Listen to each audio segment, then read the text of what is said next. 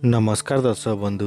आम पृथ्वी बा आम घर यही असीम ब्रह्मांड रे एकमात्र ग्रह जोठार जीवन संभव। आज पृथ्वी पृष्ठ जीवन और एक उन्नत मानर सभ्यता एवं कोटि कोटि जीवजंतु बास करती। किंतु दर्शक बंधु, आपण जानिछंती कि एते सुंदर देखा जाउतबा आम पृथ्वी आसिला केउठु और यह सृष्टि केमिति हैला, सागर महासागर एवं ऑक्सीजन केमिति आसिला। सबुठु बड़ कथा होउची पृथ्वी पृष्ठ जीवन आरंभ केमिति हैला। चलंतु आज ये वीडियो माध्यम पृथ्वीर यह रहस्य विषय जानिबा।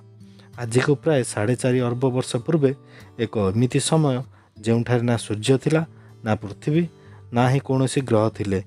केवल हाइड्रोजन और हिलियम रे तैयारी एक बहुत बड़ बादल थिला, जहाँ आकाश गंगार चारिपाखे घूरी बुलुतुला, जहाकू सोलार नेबुला कहती। यही विशाल बादल धूलिकणा, पत्थर और विभिन्न गैस मिश्रण थिला।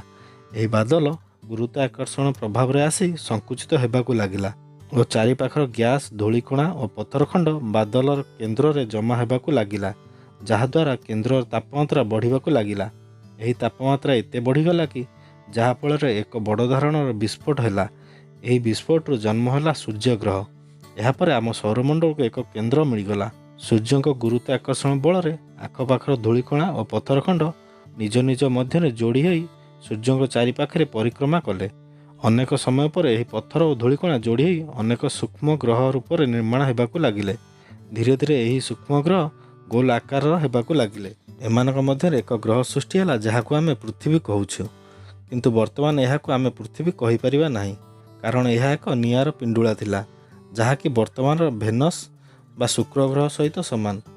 पृथ्वी सृष्टि समय यार तापमात्रा 1400 डिग्री सेल्सियस थिला और एठारे ऑक्सीजन कौन चिन्हवर्ण नथिला। सही समय पृथ्वी उपरे लगातार उल्कापिंड और धूमकेतुर वर्षा हेउथुला एवं संपूर्ण पृथ्वी रे ज्वालामुखीर विस्फोट घटी अनेक उत्तप्त लाभार नदी सृष्टि होता। यही समय को हिडियन युग नाम दिगला। आज को प्राय 4000 वर्ष पूर्वे ग्राविटर प्रभाव में पृथ्वी पृष्ठ थिबा सबु ओजोनिया और गरम पदार्थ पृथ्वीर केन्द्र और क्रिस्ट जमा होगाकू लागिला। पर पृथ्वी पृष्ठ धीरे धीरे ठंडा होगाकू लागिला एवं ज्वालामुखी बाहरुवा विभिन्न प्रकार गैस आम वायुमंडल निर्माण कला।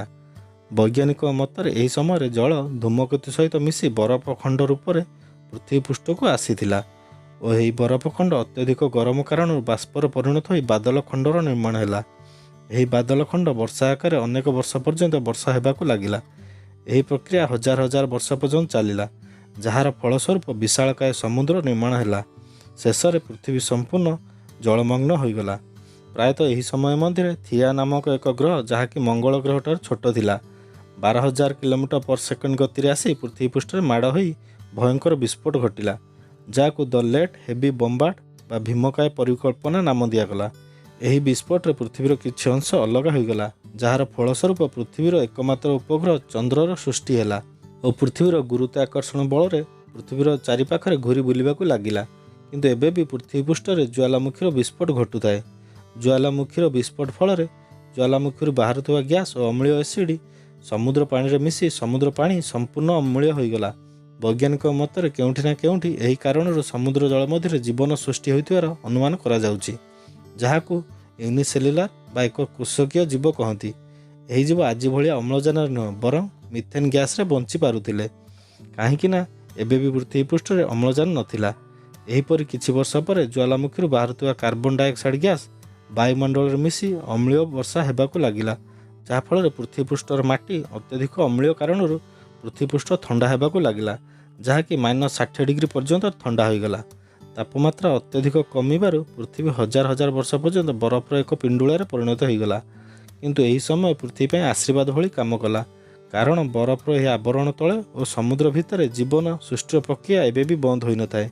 परंतु 1.5 अरब वर्ष पूर्वे पृथ्वी पृष्ठर ज्वालामुखी पुणी आउथरे विस्फोट होगाकू लागिला, जहाद्वारा कार्बन डाइऑक्साइड गैस बाहरी वायुमंडल में मिसी पृथ्वी पृष्ठ तापमात्रा को बढ़ाइबाकू लागिला, जार फलस्वरूप बरफ और हिमखंड तरली समुद्र रे परिणत हैला। पर पृथ्वी पृष्ठर तापमात्रा धीरे धीरे स्थिर होगाकू लागिला। आज को प्राय 1.5 अरब वर्ष पूर्वे बा हिमयुगर शेष समुद्र जल मध्य बहु कोशकीय जीवर विकास हो सारी, जेमितिक पोकजोक, उद्भिद और छोट छोट वृक्ष आदि। यही उद्भिद और वृक्ष फोटोसिंथेसिस द्वारा ऑक्सीजन निर्माण करने को लगिले ଓ ସେହି ସମୟ ମଧ୍ୟରେ ପୃଥିବୀ ପୃଷ୍ଠରେ ବୃକ୍ଷଲତା ଜନ୍ମ ହୋଇ ବଢ଼ିବାକୁ ଲାଗିଲାଣି, ଯାହାଦ୍ୱାରା ଅକ୍ସିଜେନ ଅଧିକରୁ ଅଧିକ ଉତ୍ପାଦନ ହୋଇ ବାୟୁମଣ୍ଡଳରେ ଅକ୍ସିଜେନର ମାତ୍ରା ବଢ଼ିବାକୁ ଲାଗିଲା। ସମୟକ୍ରମେ ଜଳରେ ବାସ କରୁଥିବା ପ୍ରାଣୀ ମଧ୍ୟରେ ଆନୁବାଂଶିକ ପରିବର୍ତ୍ତନ ଘଟିଲା, ଯାହାଫଳରେ କିଛି ଏମିତି ପ୍ରାଣୀ ବିକଶିତ ହେଲେ କି ଯେଉଁମାନେ ଜଳରୁ ବାହାରି ଭୂମିରେ ପାଦ ଦେଲେ, ଯାହାକୁ ଉଭୟଚର କୁହାଯାଏ। ସମୟକ୍ରମେ ପୃଥିବୀ ପୃଷ୍ଠର ବାତାବରଣ ଆଜି ଭଳିଆ ସାମାନ୍ୟ ହୋଇସାରିଥିଲା ଓ ଅନେକ ପ୍ରାଣୀ ଜୀବଜନ୍ତୁ ବିକଶିତ ହୋଇସାରିଥିଲେ। ଏହିପରି ଭାବରେ ପୃଥିବୀ ଏବଂ ପୃଥିବୀ ପୃଷ୍ଠରେ ଅକ୍ସିଜେନ ଓ ଜୀବଜନ୍ତୁ ସୃଷ୍ଟି ହୋଇଥିଲେ। ଏହି ଭିଡ଼ିଓଟି ଆପଣଙ୍କୁ କେମିତି ଲାଗିଲା କମେଣ୍ଟ କରି ଜଣାଇବେ। ଯଦି ଏଇଭଳି ଇଣ୍ଟରେଷ୍ଟିଂ ଭିଡ଼ିଓ ଦେଖିବାକୁ ଚାହୁଁଛନ୍ତି ତେବେ ଚ୍ୟାନେଲଟିକୁ ସବସ୍କ୍ରାଇବ୍ କରି ଭିଡ଼ିଓକୁ ଲାଇକ୍ କରନ୍ତୁ, ସେୟାର କରନ୍ତୁ। ଧନ୍ୟବାଦ।